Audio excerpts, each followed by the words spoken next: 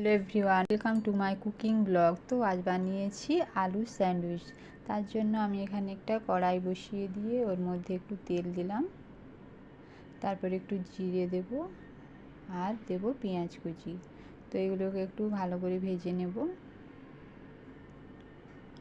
তো ভাজা হয়ে গেলে একটু হালকা সামান্য ভাজবো। তারপরে ওখানে আমি আদা রসুন একটু থেতো করে রেখেছিলাম, ওটাকে দিয়ে দিলাম। তারপরে একটু নাড়িয়ে চাড়িয়ে নেব। তারপরে এখানে একটু আমি 1 চামচ হলুদ গুঁড়ো আর 1 চামচ জিরে গুঁড়ো অ্যাড করব। তারপরে একটু মশলার সাথে ভেজে নিয়ে আর আমি একটু এদিকে সবজি অ্যাড করব, যেমন গাজর কুচি আর ক্যাপসিকাম কুচি। তো এগুলো দিয়ে দিলাম। তারপরে মশলার সাথে একটু ভেজে নেব। তো এভাবে একটু নাড়িয়ে চাড়িয়ে ভেজে নিয়ে আর আলু সিদ্ধ করে রেখেছিলাম, ওটাকেও এখন ম্যাশ করে অ্যাড করে দিলাম আলু সিদ্ধটাকে।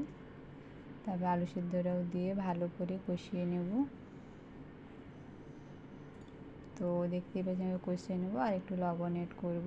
তো আপনারা স্বাদ অনুযায়ী লবণটা দেবেন। তো লবণটা ভালো করে মিশিয়ে নেব। আর এখানে আমি 1/2 চামচ চিলি ফ্লেক্স অ্যাড করলাম আর একটু ধনেপাতা কুচি অ্যাড করব। তো ধনেপাতা কুচি দিয়ে তারপর ভালো করে নাড়িয়ে চাড়িয়ে একটু কষিয়ে নেব। তো দেখতেই পাচ্ছেন এভাবে আমি কষিয়ে নিয়েছি। তো এই আলুর স্টাফিংটা খুব সুন্দর হয়েছে। এরপর এটাকে নামিয়ে রাখবো। আর এদিকে আমি 4 পিস ব্রেড নিয়েছি। তো এটার উপরে আমি এখন টমেটো সস লাগিয়ে নেব। আপনারা চাইলে এখানে শেজওয়ান সসও লাগিয়ে নিতে পারেন। তো আমি এখানে টমেটো সস লাগিয়ে নিলাম। তো ভালো করে লাগিয়ে নিলাম টমেটো সসটা। তারপর ওখানে যে আলুর স্টাফিং ছিল ওটাকে এখন দিয়ে একটা ব্রেডের উপরে দিয়ে দেব, তার উপর থেকে আরেকটা ব্রেড চাপা দিয়ে দেবো। তো এইভাবে আলুর স্টাফিংটা তো আমি একটু বেশি করেই দিয়ে লাগাচ্ছি। এভাবে লাগিয়ে নেবেন। তারপর একটা ব্রেড দিয়ে রেখে চেপে দেব। তো এরপর একটা ওভেনে কড়াই বসিয়ে দিয়ে ওর মধ্যে আমি একটু সাদা তেল ইউজ করেছি। এখন সাদা তেলটা দিয়ে চারদিকে একটু ঘুরিয়ে নেব।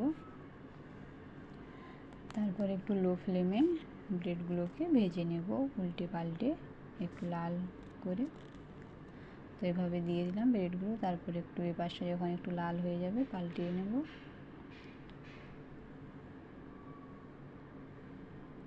তো এইভাবে উল্টে পাল্টে ভেজে নেব। তো দেখতে পাচ্ছেন খুব সুন্দর ব্রেডগুলো ভাজা হয়ে যাচ্ছে। এরপর এগুলোকে নামিয়ে নেব।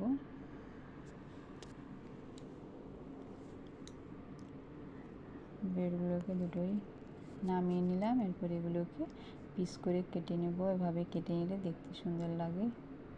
এভাবে কোনাকুনি মিডিলে কেটে নেব। তো দেখতেই পাচ্ছেন ভিতরে পুর ভরা আলু। এরপর এগুলোকে সস বা কোনো সসের সাথে খেতে পারেন। আমি এখানে মিউনিস সস আর টমেটো সস ইউজ করেছি। তো দেখতেই পাচ্ছেন দেখতে খুব সুন্দর লাগছে। আর প্লিজ ভিডিও ভালো লাগলে অবশ্যই চ্যানেলটিকে সাবস্ক্রাইব করবেন। Like comment share. সবাই ভালো থাকবেন, সুস্থ থাকবেন। দেখা হচ্ছে পরের একটি ভিডিওতে। Tata bye.